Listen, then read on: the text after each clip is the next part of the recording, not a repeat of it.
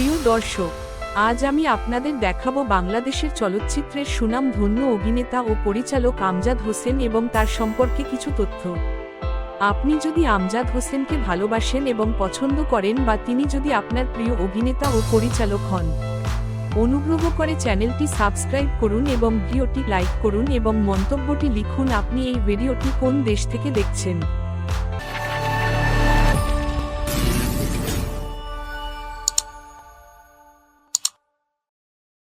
Amjad Hossain 14 August 1942 সালে বেঙ্গল প্রেসিডেন্সির, বর্তমানে বাংলাদেশ, জামালপুরে জন্মগ্রহণ করেন। কবিতা দিয়ে শুরু করে লেখালেখির মাধ্যমে তার সৃজনশীল যাত্রা শুরু হয়।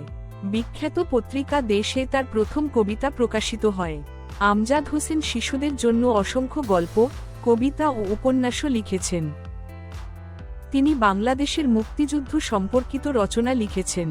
তিনি 1961 সালে তোমার আমার চলচ্চিত্রে অভিনয়ের মাধ্যমে তার চলচ্চিত্র জীবন শুরু করেন। ওই বছরই তিনি মুস্তাফিজ পরিচালিত হারানো দিন ছবিতেও অভিনয় করেন। পরিচালক সালাহউদ্দিন তার ধারাপাত নাটকটিকে একটি চলচ্চিত্রে রূপান্তরিত করেন, যেটি 1963 সালে মুক্তি পায়। চিত্রনাট্যকার হিসেবে তার আত্মপ্রকাশ ঘটে। ছবিতে প্রধান চরিত্রে অভিনয়ও করেছেন তিনি। পরে তিনি জহির রায়হানের দলে যোগ দেন এবং উল্লেখযোগ্য বেহুলা 1966 সহ বেশ কয়েকটি চলচ্চিত্রে সহকারী হিসাবে কাজ করেন, যা লোককাহিনীর উপর ভিত্তি করে নির্মিত হয়েছিল। 1962 সালে বেহুলা নির্মাণ শুরু হয় এবং তিনি সংলাপ রচনায় অবদান রাখেন এবং চলচ্চিত্রে অভিনয় করেন। এই ছবিতে কাজ করার সময় তিনি অভিনেতা রাজ্জাকের সাথে একটি ঘনিষ্ঠ বন্ধুত্ব গড়ে তোলেন, একটি বন্ধন যা রাজ্জাকের মৃত্যুর আগ পর্যন্ত স্থায়ী ছিল। তিনি রাজ্জাকের সাথে জহির রায়হানের আনোয়ারা 1967 চলচ্চিত্রেও অভিনয় করেন।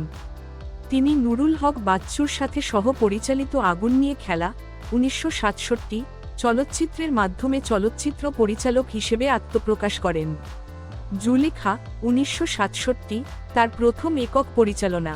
পরের বছর তিনি নুরুল হক বাচ্চু, মোস্তফা মেহমুদ এবং রহিম নওয়াজের সাথে যৌথভাবে দুই ভাই চলচ্চিত্র পরিচালনা করেন, যেখানে জহির রায়হান প্রযোজক ও চিত্রনাট্যকার হিসেবে দায়িত্ব পালন করেন। তিনি স্বাধীনভাবে বাল্যবন্ধু 1968 সালে চলচ্চিত্রটি পরিচালনা করেন। 1970 সালে তিনি জহির রায়হানের আইকনিক চলচ্চিত্র জীবন থেকে নেওয়ার জন্য সংলাপ লেখেন এবং মধু চরিত্রটি চিত্রিত করেন। এই ছবিটি পরবর্তীতে বাংলাদেশে ব্যাপক জনপ্রিয়তা পায়।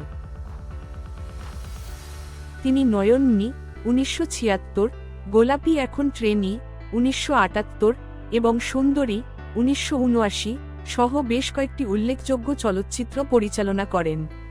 নয়ননী তার উপন্যাস নিরক্ষর স্বর্গের উপর ভিত্তি করে এবং এটি তাকে সেরা চিত্রনাট্যকারের জন্য তার প্রথম জাতীয় চলচ্চিত্র পুরস্কার অর্জন করে। গোলাপী এখন ট্রেনি তাকে দেশীয় এবং আন্তর্জাতিকভাবে ব্যাপক প্রশংসা এনে দেয়, সেরা চলচ্চিত্র সহ 10টি বিভাগে জাতীয় পুরস্কার জিতেছে। আমজাদ হোসেন সেরা চলচ্চিত্র প্রযোজক হিসেবে, পরিচালক, চিত্রনাট্যকার, সংলাপ লেখক এবং গীতিকার সহ এক বছরে 5টি পুরস্কার জিতে রেকর্ড গড়েছেন। গোলাপী এখন ট্রেনির সাফল্যের পর তিনি সুন্দরী চলচ্চিত্রের মাধ্যমে তার ধারাবাহিকতা অব্যাহত রাখেন, যেটি 7টি বিভাগে জাতীয় চলচ্চিত্র পুরস্কার জিতেছিল এবং হোসেন শ্রেষ্ঠ সংলাপ লেখক ও গীতিকারের জন্য 2টি পুরস্কার পান। 1980 এর দশকে আমজাদ কোসাই 1980, জন্ম থেকে জ্বলছি 1982, 2 পয়সার আলতা 1982 এবং ভাত দে 1984 সহ বেশ কয়েকটি উল্লেখযোগ্য বাংলা চলচ্চিত্র পরিচালনা করেন। ভাত দে বিশেষভাবে বিশিষ্ট ছিলেন, সেরা চলচ্চিত্র সহ 9টি বিভাগে জাতীয় চলচ্চিত্র পুরস্কার জিতেছিলেন। আমজাদ হোসেনের 2 ছেলে সাজ্জাদ হোসেন দোদুল ও সোহেল আরমান, দুজনেই পরিচালক ও চিত্রনাট্যকার।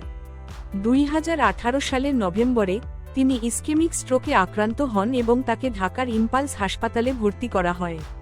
পরবর্তীকালে 27 নভেম্বর তাকে সরকারি অর্থায়নে উন্নত চিকিৎসার জন্য ব্যাংককে স্থানান্তর করা হয়। আমজাদ হোসেন 14 ডিসেম্বর 2018 তারিখে 76 বছর বয়সে ব্যাংককের বুমরুনগ্রাদ হাসপাতালে মারা যান। আমজাদ নিজেই একই ছবির জন্য সেরা পরিচালক, চিত্রনাট্যকার এবং সংলাপ লেখকের 3টি পুরস্কার পেয়েছেন।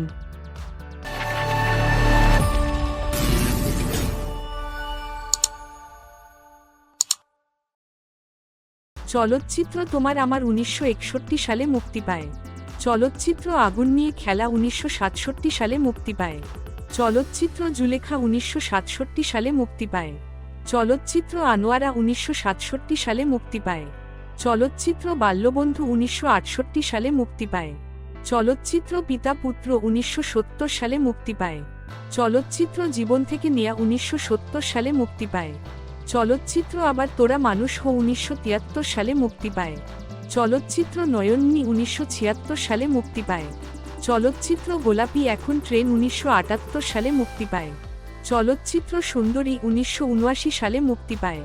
চলচ্চিত্র কসাই 1980 সালে মুক্তি পায়। চলচ্চিত্র দুই পয়সার আলতা 1982 সালে মুক্তি পায়। চলচ্চিত্র জন্ম থেকে জ্বলছি 1982 সালে মুক্তি পায়। চলচ্চিত্র ভাত দে 1984 সালে মুক্তি পায়। চলচ্চিত্র সখিনার যুদ্ধ 1984 সালে মুক্তি পায়। চলচ্চিত্র হীরামতি 1988 সালে মুক্তি পায়। চলচ্চিত্র গোলাপি এখন ঢাকায় 1994 সালে মুক্তি পায়। চলচ্চিত্র আদরের সন্তান 1995 সালে মুক্তি পায়। চলচ্চিত্র সুন্দরী বধূ 2002 সালে মুক্তি পায়। চলচ্চিত্র প্রাণের মানুষ 2003 সালে মুক্তি পায়। চলচ্চিত্র কাল সকলে 2005 সালে মুক্তি পায়। চলচ্চিত্র গোলাপি এখন বিলাতে 2010 সালে মুক্তি পায়। চলচ্চিত্র প্রেমী ও প্রেমী 2017 সালে মুক্তি পায়। চলচ্চিত্র ভালো থেকো 2018 সালে মুক্তি পায়।